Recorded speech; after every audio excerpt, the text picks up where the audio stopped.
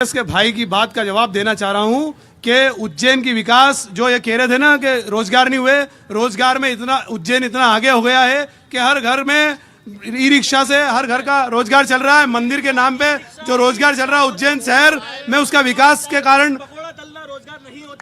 पकोड़ा तलना, अरे उसका घर तो चल रहा है ना, उसका घर तो चल रहा है। भीख तो नहीं मांग रहा, वो उसका घर चला रहा है। ई रिक्शा भीख तो नहीं मांग रहा है, भीख तो नहीं मांग रहा है, रोजगार चल रहा है उसका। शिक्षा के क्षेत्र में उज्जैन आगे बढ़ा है। उज्जैन की बात करेंगे, महाकाल लोक के कारण उज्जैन का बहुत विकास है। महाकाल लोक का निर्माण भारतीय जनता पार्टी ने किया, लेकिन कांग्रेस लगातार आरोप लगाती है। लेकिन आप संत हैं, आप बताइए कि किसने काम किया उज्जैन के लिए? देखिए, काम दोनों करते हैं और दोनों में ही कमियां हैं। इस राष्ट्र के अंदर एक विचित्र सी बात है कि जो काम करता है उसके काम को रोकने की लगातार साजिशें होती है, षड्यंत्र होता है। पहला विषय आप समझें कि हमारे देश के अंदर अनेक तीर्थ स्थल है, उनका विकास हो रहा है।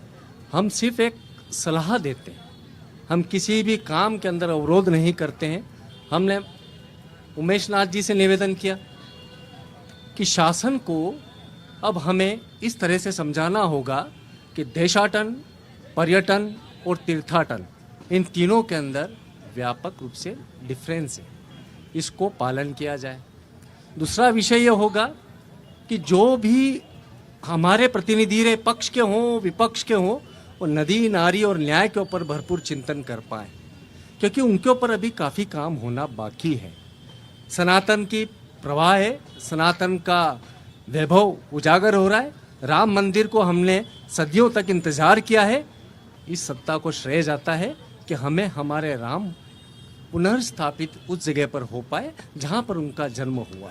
इसके लिए मैं साधुवाद देता हूँ। साथ में ये अपेक्षा रखता हूँ ये अपेक्षा रखता हूँ कि इस नगर की जहां तक बात है, इस नगर का हर्ष गोवा जैसा ना हो जाए, यह मुझे संदेह है। देखिए, बड़ी बात कह दी इन्होंने कि इस नगर का शहर गोवा जैसा हाल ना हो जाए। और भी लोगों की बात मैं सुन लेती हूँ और फिर सभी सवालों को लेकर हम पहुंचेंगे मंच में। राहुल गांधी जी उन्हें गुरु मानते हैं और राजीव गांधी जी भी उन्हें गुरु मानते थे। उन्होंने क्या कहा, देश की संपत्ति, विरासत वाली जो संपत्ति है उसे 40% रख लिया जाए। ये उनकी सलाह मानते थे, आर्थिक सलाह। इसके बाद भारतीय जनता पार्टी ने लगातार विकास किया उज्जैन में, चाहे रेल के संबंध में हो, चाहे तीर्थाटन के चक्कर में, हर चीज में विकास किया। तो कहां से वोट मांग रहे हैं? चलिए, विकास हुआ है कह रहे हैं, महिलाओं से भी बात कर लेते हैं। भारतीय जनता पार्टी तो महिलाओं के लिए बहुत सारे काम कर रही है। उज्जैन महिलाओं को लाभ मिल रहा है और मेरे कांग्रेसी भाइयों ने कहा है कि विकास नहीं हुआ है। मैं उन भाइयों से पूछना चाहती हूँ कि आज के 20 साल पहले सड़कें कैसी थी और 20 साल में सड़कों का निर्माण कैसे हुआ। 4 लेन 6 लेन, हम यहाँ से इंदौर की बात कर लेते, इंदौर जाते थे तो कहाँ सड़क थी, कहाँ गड्ढा था, ये हमें दिखाई नहीं देता था। आज वो भाई देख ले कि विकास कहाँ है। आज हमारे सांसद जी ने भी बहुत विकास किया है। आगर रोड देख लो, आप मेडिकल कॉलेज देख लो, आप सांसद जी ने विकास किया। अब देखना जनता किस पर भरोसा जताती है। हाँ बताइए, क्या मुद्दा है आपका?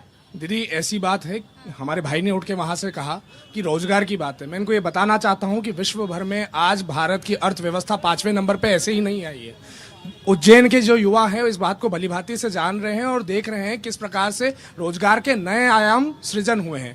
और इसका कारण सांस्कृतिक भी है। इनको कहते हैं, इन्होंने अपने आप को धर्म के तुष्टिकरण से सदैव जोड़ के रखा और धर्म के सत्य की अगर कोई बात करता है तो ये धर्माधारित राजनीति की बात करते हैं। हम गर्व से कहते हैं कि प्रभु श्री राम जन्मभूमि पर जो आंदोलन चलाया, उस आंदोलन को चलाने के पीछे जो विचार काम कर रहा था, आज वो दिल्ली की सत्ता में है। ठीक है, तो देखिए, सबकी बात होनी चाहिए। आप भी कुछ कहना चाह रहे थे, बहुत देर से हाथ उठा रहे हैं। ये कहना चाहता हूँ कि बात विकास की हो रही, तब बाबा महाकाल की नगरी, बाल योगी जी की नगरी, मोहन यादव जी की नगरी, महापौर जी की नगरी, महापौर जी के बाद नेता महापौर यादव जी जो हैं यहाँ की नगर पालिका अध्यक्ष हैं। इतने सब कुछ हमारे शहर के जनता ने इनको दिया।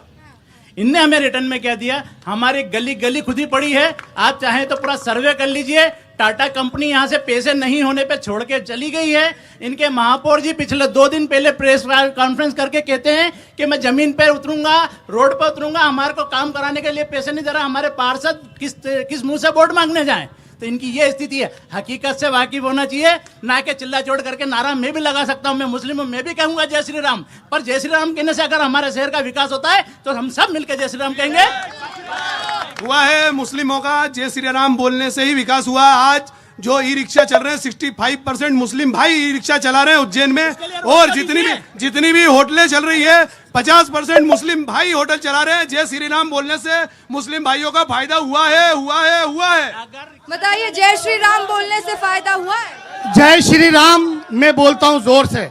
जय श्री राम बोलने से धर्म खतरे में नहीं आता। इन लोगों को लगता है कि ये लोग धर्म खतरे में, जबकि मर्यादा पुरुषोत्तम राम बोला है। मर्यादा भगवान राम किसी के बाप की जागीर नहीं है। जितना इनका हक है उतना मुसलमानों का हक है, हम बोल सकते हैं। और ये लोग सिर्फ हिंदू मुसलमान करते हैं, इनके पास कोई विकल्प नहीं है बोलने के लिए। सिर्फ ये हिंदू मुसलमान करके लोगों को बरगलाना चाहते हैं। ये लोग धरातल पे नहीं है, ये लोग सिर्फ आसमान पे उड़ते हैं, सिवाय खोखली बातें करते हैं। एक नहीं दो नहीं, जख्मों से जिस्म पूरा चलनी। एक नहीं दो नहीं, जख्मों से जिस्म पूरा चलनी। दर्द बेचारा परेशान है कि कहां से उठे। ये हाल आज उज्जैन की जनता, पूरे मध्य प्रदेश, पूरे हिंदुस्तान की जनता का यही हाल है। चलिए, युवा कुछ कहना चाहते हैं। मैं फर्स्ट टाइम वोटर हूँ। मैं सीधी बात किसी धर्म पे नहीं करूंगा, एजुकेशन की बात है। यहाँ पर इस सरकार में हमको क्या मिल रहा है? कुछ भी नहीं मिल रहा है, जीरो। मेरे पिताजी 10,000 रुपए महीना कमाते हैं। कितना है 10,000 रुपए? मैं बीटेक कर रहा हूँ, बीटेक 4 लाख रुपए फीस है, 4 लाख रुपए प्राइवेट में पढ़ रहा हूँ। कहाँ से भरूं मैं? फिर कैसे ये फीस भर रहे हैं पिताजी आपके? कर्जा लेके, लोन लेके। कौन भरेगा? हम पे बीत रही है। इन लोगों को राम जी कर रहे हैं, हम भी बोलेंगे जय श्री राम। हम भी इस देश के हम नागरिक है, बिल्कुल सारे धर्म का हम सम्मान करते हैं। इनसे पूछिए क्या कर रहे हैं। बताइएगा आप, जवाब पूछूंगी आपसे सोनू जी। अगर आप ये बात कर रहे हैं, पूछ रहे कौन वोट देगा, तो कांग्रेस को हम वोट देंगे, हम देंगे बिल्कुल। आप बताओ क्या मुद्दा आपका? सबसे पहली बात तो यही है कि सिर्फ क्या रोड बनाना विकास है? क्या सिर्फ रोड बनाना विकास है?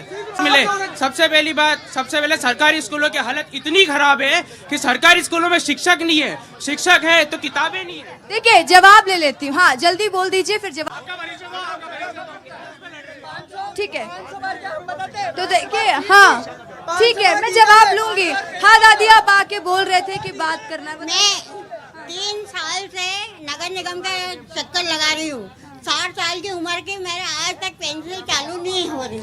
मैं जब जाती हूँ, जब कहते थे महीना भर की छुट्टी पे जा रहा है। तो बताओ, काम आप लोग बार बार चीख रहे हो, बता रहे हो कि काम नहीं हुआ, काम नहीं हुआ। हम कह रहे हैं, बोल रहे हैं 500 बार। क्या बोल रहे हैं? 500 बार। मैं बताता हूँ क्या आएगा। 500 बार डीजल होना है, 500 बार पेट्रोल होना है, और कुछ भी नहीं होना है। 500 बार सब जानते हैं, सारी जनता जानती है। इनका 500 बार डीजल होना है, इनका 500 बार पेट्रोल होना है, और हम आएंगे सड़क पर पैदल, गाड़ी वाड़ी सब बंद होने वाली, हम जानते हैं। और सबसे पहली बात तो ये बता दो, 500 बार का नारा दे रहे हो, बीजेपी चुनाव ही कितनी सीट पर लड़ रही है जो 500 बार कर लोगे? इतने सांसद ही उतारे मैदान में। दीदी, ये बहुत अप्रामाणिक बातें हैं। बालक को अबोध है, इसको यह जानकारी नहीं है कि 2014 के पहले मेडिकल कॉलेजेस की बात करते हैं, पूरे देश भर में 80% से ऊपर यूनिवर्सिटीज की संख्या बढ़ी है। मेडिकल कॉलेजेस में इनको नहीं मालूम है, इनकी कुछ भी नहीं है, इनको कोई। और मैं आपको कह रहा हूं, विकास के आयाम हर स्तर पर है। इनको विकास रोड नहीं लगता। 34 किलोमीटर प्रति दिन में रोड का निर्माण हो रहा है, नेशनल हाईवेज का, देश भर में।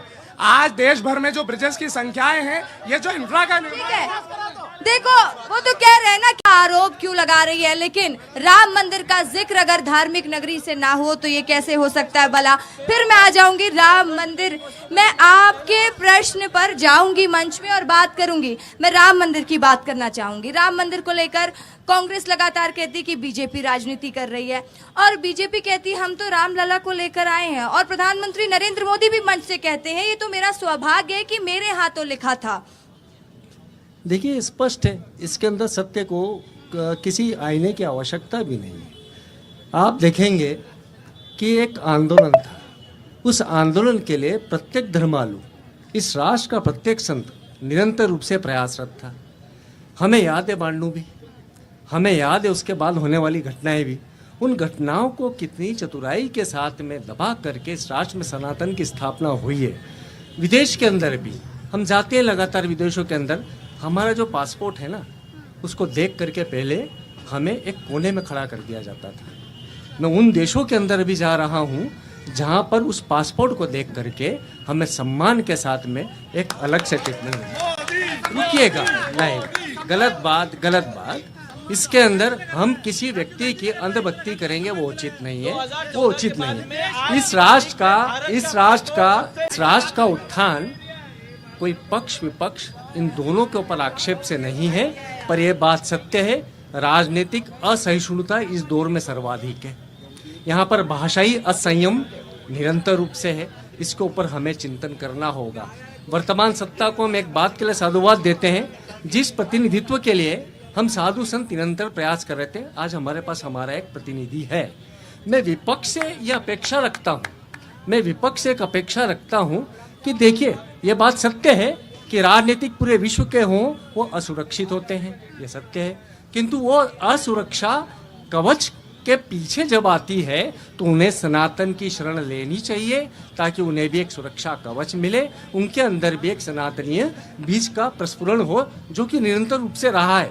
बीज का एक कालखंड रहा है, उस कालखंड के अंदर कहीं न कहीं कुछ हमारे जो गठबंधन रहे होंगे आपके, उनकी जो भाषाएं थी स्टालिन जैसे लोगों की, उसके बाद में गोमांस वाले जो विषय आए, उसके बाद में अनेक विषय देश के राजनीतिज्ञ करते आ रहे, जो पक्ष हो या विपक्ष हो, हम उनको सलाह देते हैं अपनी मर्यादा में रहें, चाहे भाषा की हो चाहे चरित्र की हो, आचरण को अपनाएं, आवरण को नहीं। तो देखिए, आचरण को अपनाएं, आवरण को नहीं। और आपने लोगों की बात भी सुनी, क्या जनता कह रही है।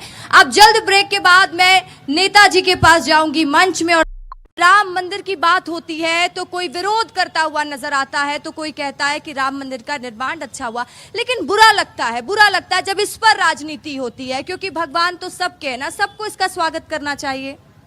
देखिए, अभी हमारे शैलेशानंद जी जो महामंडलेश्वर जी, उन्होंने एक बहुत अच्छी बात कही है, और वही बात मैं भी कहूँगा कि इस देश में जब महर्षि वाल्मीकि जी ने रामायण की रचना की तो उसमें मर्यादा का सूत्र दिया है, और वो मर्यादा का सूत्र पूरा रामायण में है, और वो रामायण जो है समस्त मानव समाज के लिए है, किसी व्यक्ति विशेष या किसी पार्टी विशेष के नहीं है। हम जब भी इस देश में विपक्ष हो या पक्ष हो, विरोधी हो या उसका समर्थक हो, लेकिन हमारी भाषा पर जब तक कमांड नहीं है तब तक हमारी अपनी खुद की औकात जो होती है वो सामने पटल पर आ जाती है। इसलिए इस देश की मर्यादा जरूरी है, क्योंकि यह राष्ट्र जो है ऋषि मुनियों का राष्ट्र है। यहाँ कोई भी जाति धर्म संप्रदाय के लोग बगैर ऋषि मुनियों के उत्पन्न नहीं हुए हैं। इसलिए मैं एक बात जरूर कहना चाहता हूँ कि 1000 वर्ष की जो समस्या थी उस पर 500 साल तक संघर्ष हुआ है, और वो संघर्ष किसी व्यक्ति ने नहीं किया है, इस राष्ट्र के समस्त संत महात्माओं ने किया है, बुद्धिजीवियों ने किया है, विवेकशील ने किया है, लेखकों ने किया है, और इस देश के जो संचालन करता है उन्होंने किया है। अगर उस पर किसी व्यक्ति विशेष को अगर परेशानी आती है तो मैं समझता हूँ कि वो मौन धारण करे, बोले नहीं, क्योंकि मर्यादा पुरुषोत्तम भगवान श्री राम तभी मर्यादा बने कि उन्होंने 100 नहीं, 1000 नहीं, लाख समस्याओं को, दुखों को सहन करके 14 वर्ष वनवास में रह करके भी इस देश की मर्यादा कायम की, मर्यादा का सूत्र दिया, और उस मर्यादा के सूत्र के साथ ही इस देश के यशस्वी प्रधानमंत्री जी ने इस देश के तमाम संत महात्माओं को, ऋषि मुनियों को, चाहे वो कुटीचर हो, चाहे आश्रमधारी हो, मठाधीश हो, या चाहे कोई भी महापुरुष हो, उन सबको विश्वास में लेकर के, उनको सबको साथ में लेकर के, और इस देश की जटिल समस्याओं का समाधान किया है। एक बात और कहना चाहता हूं कि पिछले 10 वर्षों से इस देश में कहीं बम नहीं फटा, इस देश में कहीं कोई आतंकवादी नहीं घुसा। इसका क्या कारण रहा? इसका एक ही कारण रहा कि इस देश में संत महात्माओं को, ऋषि मुनियों को, तपधारियों को, सिद्धों को, सबको साथ लेकर के, उनकी जो भक्ति और तपस्या है उनको साथ लेकर के केवल और केवल ये प्रयास किया इस देश में कि सर्वे भवन्तु सुखिना, सर्वे सन्तु निरामया, सर्वे भद्राणि पश्यन्तु, मां कश्चित् दुःख भाग् भवेत्। सब लोगों फीस भरने के लिए पैसे नहीं कह रहे कांग्रेस के कार्यकर्ता, ऐसा सच है क्या? अभी बड़े अनुशासित पार्टी के नेता 3-4 बार मौका मिला, 2 बार नगर निगम अध्यक्ष रहे। मैं तो विपक्ष के नेता के रूप में भी इनको कई बार हम लोगों ने सदन में बात की है और आज सड़क पे बात कर रहे हैं। महाराज जी बाली योगी जी ने अभी कहा कि व्यक्ति को अपनी भाषा पे संयम होना चाहिए, आचरण होना चाहिए। कितना बढ़िया आरोप लगाया एक बेटे के ऊपर कि निठल्ला बच्चा है ना, निठल्ला बच्चा। ये इनके आचरण है, ये इतने आचरण है। देखिए आप मेरी बात पूरी सुनिए। आप पहले आप थोड़ा जल्दी चले गए थे। मेरा आपसे निवेदन है कि आपने देख लिया 1 मिनट की शिक्षा संत श्री के ने जो बोला, उन संत श्री ने बोला कि अपने आचरण में सुधार कर। ठीक है, हम राजनीतिक पार्टी के लोग हैं। अब ये इस प्रकार के निठल्ला बोलना, जब उसको रोजगार नहीं है, मिलने वाला नहीं है, उसके फादर मकान गिरवे रख करके उसको पढ़ा रहे। खैर आपकी आदत है मुद्दों को, बहस को भटकाने की और नारेबाजी करने की। आपकी रैली में नारेबाजी आप लोग नहीं कर पाते, केवल आप कोई डिबेट शो में नारेबाजी करना। मैं इस उज्जैन शहर की समस्या की बात करूं मैडम, पूरे हिंदुस्तान के समाचार चैनलों ने, आपके चैनल ने दिखाया, पाइपलाइन फूटी थी। पाइपलाइन में काला गंदा पानी निकलता है। मतलब आप ये बात तय है कि आप गंदा पानी शहर को पिलाते हैं क्या बोल रहे थे अभी आपसे कि एक पाइपलाइन फूटी हमारी। पूरे हिंदुस्तान के चैनलों ने, आपके चैनल ने भी दिखाया कि पूरा नालों का पानी वहां मिल रहा था। आज फिर लाइन फूटी है मैडम। आज पूरे उज्जैन शहर में पिछले 4 दिनों से वाटर सप्लाई नहीं है। ये मोहन यादव जी की नगरी है। मोहन यादव जी ने वो कल के समाचार पत्र में फिर पढ़िएगा आप, फिर सुनिए मेरी बात सुन, कल के समाचार पत्रों में फिर आएगा कि उज्जैन में वाटर सप्लाई नहीं होगा। परसों भी वाटर सप्लाई नहीं हुआ, एक दिन छोड़ के दे रहे हैं। ये विकास की बात करने वाली भारतीय जनता पार्टी जो उज्जैन नगर स्मार्ट सिटी, मैडम यहाँ स्मार्ट सिटी, एक गिलास स्वच्छ पानी नहीं पिला सकती। एक दिन छोड़ के 20 साल की भारतीय जनता पार्टी की सरकार, 10 साल की नरेंद्र मोदी की सरकार, एक दिन छोड़ के पानी हर साल हमको पीना पड़ता है। 20 साल से आप क्या कर रहे हो भाई? कुछ भी नहीं हुआ। अरे नरसिंह राव जी ने इसका उद्घाटन करा, भारत के प्रधानमंत्री ने, ठीक है। और ये सड़कों के बात करते हैं ना, हमने सड़कों का विकास करा। देखिए बहुत सारे आरोप। 1 मिनट, मेरा सवाल पूछ। 5:30 बजे उठ के सुबह रामचरित मानस का पाठ करता है। और सुनिए, भगवान राम का मंदिर बना है, पूरे देश में प्रसन्नता है। अगर कुछ ये देश, आप जानते हैं, ये देश विभिन्न धर्म को मानने वाला है, ये विभिन्न पंथ को मानने वाला है। कह रहे पूरे देश में प्रशंसा है, फिर कांग्रेस पार्टी के कुछ नेता क्यों नहीं गए? क्यों विरोध किया आप लोग? विरोध करना आप लोग को नहीं लगता महंगा पड़ गया? मेरा आपसे यही कहना है कि हिंदुस्तान में सनातन धर्म की रक्षा करने वाले हमारे चारों शंकराचार्य जी ने ये बात कही कि मंदिर अभी अधूरा है। और जो कि आप सुनिए, मैं संत जी का रिप्लाई लेना चाहूंगी। ये पूरा आयोजन, मैं भी अयोध्या कई बार होके आया हूँ। मैं हर महीने परिक्रमा भी करता हूँ गिरिराज पर्वत की। मेरा आपसे निवेदन ये है, इस राम मंदिर के कार्यक्रम के उद्घाटन को जो सुप्रीम कोर्ट के आधार पर हुआ, सर्वप्रथम राहुल गांधी जी ने वहां के ताले कोड़ के राम जी की बिठाया था वहां पर, ठीक है। अब ये कहते हैं, अरे कितना झूठ बात, ये संत महात्मा हमारे समक्ष है। ये क्या कह रहे, कैसा गाना बनाया, जो राम को लाए हम उनको वोट देंगे। जो राम जी, अरे राम जी तो त्रेता में आए थे, आप लोग लाए हो। अरे राम जी त्रेता में आए हैं। लेकिन राम मंदिर में स्थापना का इंतजार कई सालों से जनता कर रही थी। सर इलाज करवा रहे हैं, फिर भी मोदी जी के इतने अपोजिट है। इनको उनके धर्म से वो है, धर्म के विरुद्ध है इनको, और कुछ भी नहीं है। बस धर्म के प्रति ये लड़ाई करना चाहते हैं और ये धर्म के प्रति वोट लाना चाहते हैं। और ये इनसे कभी भी नहीं हो पाएगा, ना ये जीत पाएंगे, ना कभी इनकी कांग्रेस सरकार। अब पूरी इस बार वोट दे रहे हो क्या? हाँ, ठीक है, समझ में आ गया किसको वोट दोगे। अरे भैया क्या करते हो आप? हम चाय की दुकान। कि कौन काम कर रहा है उज्जैन के लिए? मोदी जी कर रहे हैं। मेरे छोरे के लिए मेरा अपने आयुष्मान कार्ड से मेरे 30,000 रुपया है, नहीं तो एक पेटी का खर्चा था। उनने इतना काम करा है मेरे। तो आपके बेटे का इलाज हुआ है? राय डली थी मेरे बालक को, अभी तक महाकाल थाने में रिपोर्ट डली भी है, उसकी कार्रवाई नहीं हुई है। तो आप सुन रहे हैं ना, जनता की बात है ये, लोग बता रहे हैं। ठीक है, मैं आपके पास भी आऊंगी। हाँ बताइए भैया, युवा है, क्या लग रहा है, कौन काम कर रहा है? ऑटो चलाता हूँ मैडम, ऑटो चलाता हूँ मैं। मुझे सारी फैसिलिटी मिली, जैसे मिडिल क्लास का हूँ, मेरे सब्सिडी आई है और आयुष्मान कार्ड भी है, और इसके बाद में हाँ सब। तो काम कौन कर रहा है? मोदी जी कर रहे हैं इस बार 400 पार। जय श्री राम। मोदी जी का काम कर रहा है, पर चमचे उन खा रहे हैं। चमचे उन हमको नहीं देते हैं, चमचे उन बहुत है। क्या चमचे उन 60 साल की उम्र हो गई है, आज कितने चक्कर में नगर निगम, बड़ी नगर निगम गई, छोटी नगर निगम गई, कल आना परसों आना। ये नगर निगम वालों, ठीक है दादी आपकी बात पहुंचाएंगे। देखिए नगर निगम, ध्यान दीजिए। मैं खुद पत्रकार हूँ, दैनिक अग्निपथ से। नीतियों से देश चलता है, चेहरों से देश नहीं चलता है। नीतियां अगर पूंजीवाद परस्त है, साम्राज्यवाद परस्त है, सांप्रदायिकता परस्त है, फासिस्ट है, तो देश कभी आगे नहीं बढ़ सकता है। धर्म का दुरुपयोग नहीं करो। धर्म क्या होता है पहले ये समझो। सांप्रदायिकता को आप धर्म नहीं बोल सकते।